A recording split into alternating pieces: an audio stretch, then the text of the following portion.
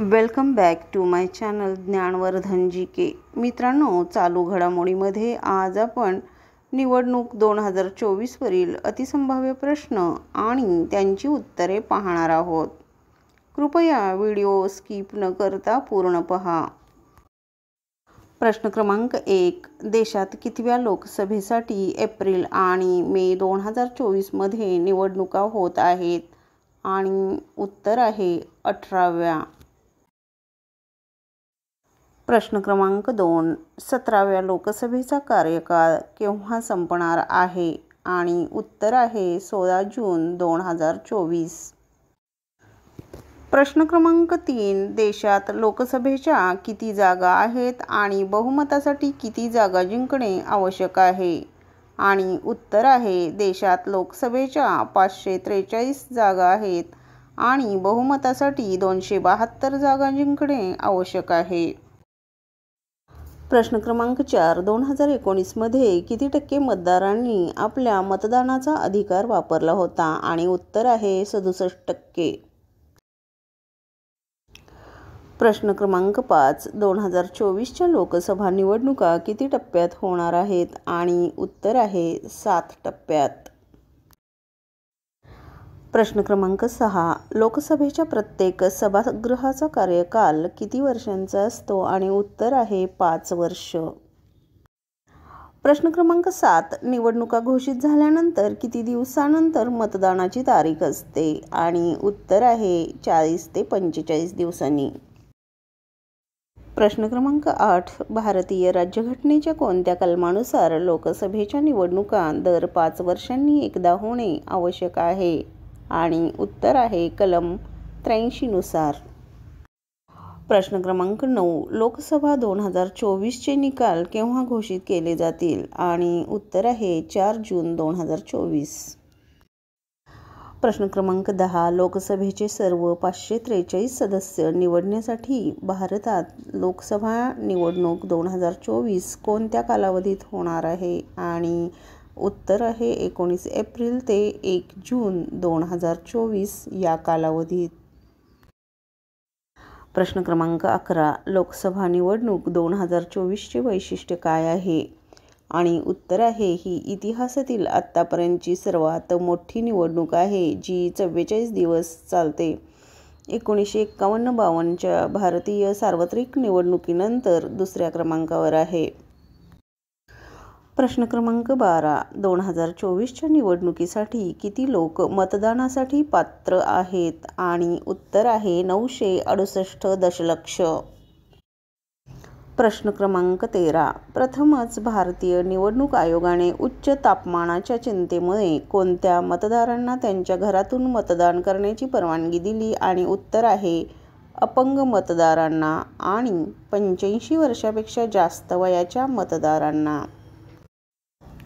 प्रश्न क्रमांक 14. भारत सरकारने कितव्या घटनादुरुस्तीद्वारे अँग्लो इंडियन समुदायासाठी राखीव असलेल्या 2 जागा रद्द केल्या? आणि उत्तर आहे 104. प्रश्न क्रमांक 15. लोकसभा निवडणूक 2024 मध्ये मतदाराची वयोमर्यादा किती आहे? आणि उत्तर आहे 18 वर्ष किंवा त्याहून अधिक वयाचे. प्रश्न क्रमांक 16. भारताचे वर्तमान मुख्य निवडणूक आयुक्त कोण आहेत? आणि उत्तर आहे राजीव कुमार. प्रश्न क्रमांक 17. आदर्श आचारसंहिता केव्हा लागू होते? आणि उत्तर आहे निवडणुकीचे वेळापत्रक जाहीर झाल्यावर. प्रश्न क्रमांक 18. लोकसभेतील सर्वात जास्त मतदारसंघ कोणत्या राज्यात आहेत? आणि उत्तर आहे उत्तर प्रदेश. प्रश्न क्रमांक 19. लोकसभा निवडणूक 2019 मध्ये कोणत्या मतदारसंघात सर्वाधिक नोटा नोंदवले गेले? आणि उत्तर आहे गोपालगंज. प्रश्न क्रमांक 20. संविधानातील कोणते कलम आपल्या देशातील निवडणूक व्यवस्थेसाठी तरतूद देतात? आणि उत्तर आहे कलम 324 ते 329. प्रश्न क्रमांक 21. भारताच्या पहिल्या महिला मुख्य निवडणूक आयुक्त कोण होत्या? आणि उत्तर आहे व्ही.एस. रमादेवी. प्रश्न क्रमांक 22. 1989 मध्ये कोणती मोठी निवडणूक सुधारणा सुरू करण्यात आली? आणि उत्तर आहे 1989 मध्ये संसदेने लोकप्रतिनिधित्व कायदा 1951 मध्ये दुरुस्ती केली, ज्यामुळे इलेक्ट्रॉनिक मतदान यंत्र EVMच्या वापराची तरतूद केली गेली. प्रश्न क्रमांक 23. कोणत्या वर्षी भारताने देशभरातील सार्वत्रिक निवडणुकांसाठी EVM वापरण्यास सुरुवात केली? आणि उत्तर आहे 2004च्या सार्वत्रिक निवडणुकांमध्ये. प्रश्न क्रमांक 24. भारतीय राज्यघटनेतील कोणत्या घटना दुरुस्तीने मतदानाचे वय 21 वरून 18 केले? आणि या प्रश्नाचे उत्तर आहे 1988चा 61वी सुधारणा कायदा. प्रश्न क्रमांक 25. सर्वसाधारण अनुसूचित जाती आणि अनुसूचित जमाती मतदारसंघात 543 जागांचे विभाजन काय? आणि उत्तर आहे सामान्य 412, अनुसूचित जाती 84 आणि अनुसूचित जमाती 47. प्रश्न क्रमांक 26. निवडणुकीच्या तारखा कोण ठरविते? आणि या प्रश्नाचं उत्तर आहे भारतीय निवडणूक आयोग. प्रश्न क्रमांक 27. मतदारसंघाच्या सीमा कशा काढल्या जातात? आणि या प्रश्नाचं उत्तर आहे ताज्या जनगणनेच्या आधारे, आणि या उद्देशासाठी सीमांकन आयोग नेमला जातो. प्रश्न क्रमांक 28. ECI शुभंकराची भूमिका काय आहे? आणि उत्तर आहे जागरूकता वाढवणे, मतदारांच्या सहभागाला प्रोत्साहन देणे. प्रश्न क्रमांक 29. भारताचे सर्वात जास्त काळ निवडणूक आयुक्त कोण होते? आणि उत्तर आहे TN शेषन. 1990च्या दशकात निवडणूक सुधारणांसाठी प्रसिद्ध. प्रश्न क्रमांक 30. भारतीय निवडणूक आयोग किती वेळा मतदार यादी सुधारित करतो? आणि उत्तर आहे मतदारांची अद्ययावत माहिती सुनिश्चित करण्यासाठी दरवर्षी मतदार यादीत सुधारणा केली जाते. प्रश्न क्रमांक 31. लोकसभा निवडणूक लढण्यासाठी उमेदवाराचे किमान वय किती असावे? आणि उत्तर आहे 25 वर्ष. प्रश्न क्रमांक 32. कोणत्या परिस्थितीत एखाद्या व्यक्तीला सार्वजनिक निवडणुकीत मतदान करण्यापासून अपात्र ठरविले जाऊ शकते? आणि उत्तर आहे अनिवासी, अस्वस्थ मन, गुन्ह्याची शिक्षा आणि निवडणुकीशी संबंधित भ्रष्ट किंवा बेकायदेशीर पद्धती. प्रश्न क्रमांक 33.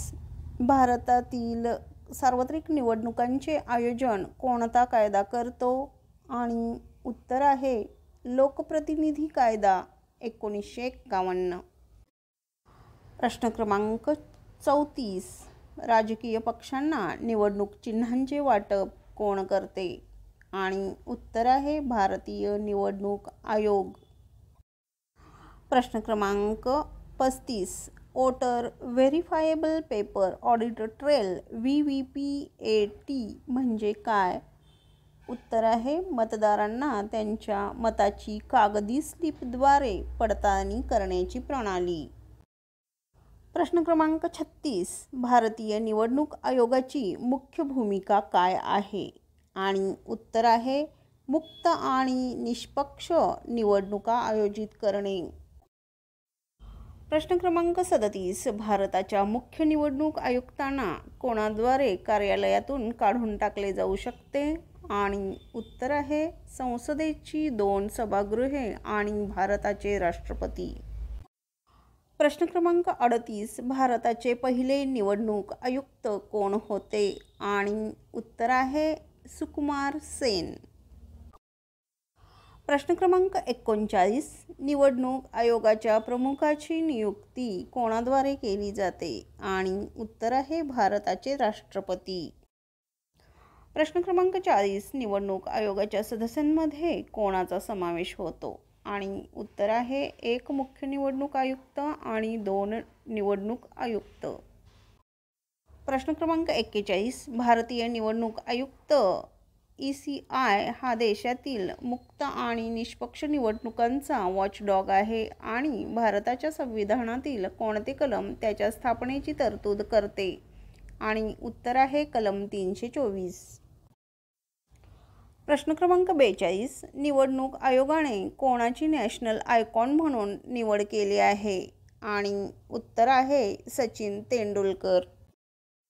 प्रश्न क्रमांक 43, 2024च्या निवडणुकीसाठी नियुक्त केलेले 2 निवडणूक आयुक्त कोण आहेत? आणि उत्तर आहे सुखबीर सिंग संधू आणि ज्ञानेश कुमार. प्रश्न क्रमांक 44, भारताच्या स्वातंत्र्यानंतर किती निवडणुका झाल्या? आणि उत्तर आहे 18. प्रश्न क्रमांक 45, आदर्श आचारसंहितेच्या काळात सरकारी धोरणांवर काही निर्बंध आहेत का? आणि उत्तर आहे होय. मतदारांवर प्रभाव टाकणाऱ्या कोणत्याही नवीन योजना, प्रकल्प किंवा आर्थिक अनुदान सरकार जाहीर करू शकत नाही. Thanks for watching. असेच नवीन महत्त्वपूर्ण आणि माहितीपूर्ण व्हिडिओ पाहण्यासाठी आमच्या ज्ञानवर्धन GK चॅनलला भेट द्या. तुम्हाला तेथे इतरही महत्त्वाचे व्हिडिओ मिळतील. नक्की पहा. आवडल्यास लाईक करा, शेअर करा, सबस्क्राईब करा आणि सबस्क्राईब करायला इतरांनाही सांगा. धन्यवाद.